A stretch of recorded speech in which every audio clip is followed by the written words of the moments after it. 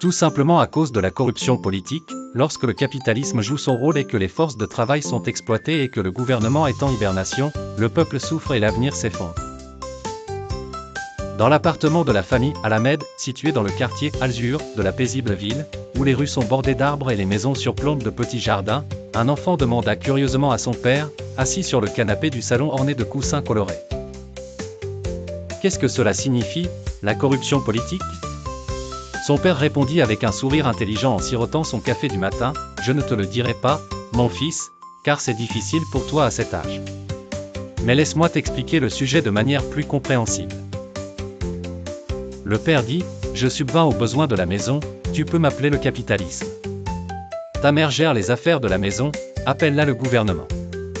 Et toi, sous ses soins, tu es le peuple. Ton petit frère, Sami, est notre espoir, appelle-le l'avenir. Et la servante, Fatima, qui vit grâce à nous, appelle-la la classe ouvrière. Va, mon fils, et réfléchis à cette analogie, peut-être arriveras-tu à une conclusion. » L'enfant rit et alla jouer dans le petit jardin de la maison où poussent des fleurs de jasmin et de rose. Mais la nuit, l'enfant ne pouvait pas dormir et se leva, inquiet.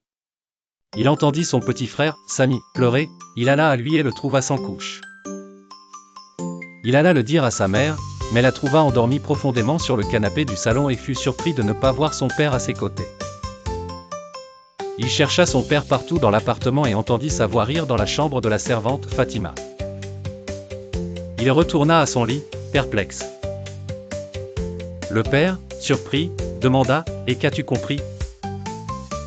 L'enfant, avec ingéniosité, répondit, « Quand le capitalisme s'amuse avec la classe ouvrière et que le gouvernement dort profondément, le peuple erre, négligé et inquiet, et l'avenir se noie dans la saleté. » Le père rit et dit, « Hélas, mon fils, c'est une analogie très proche de la réalité.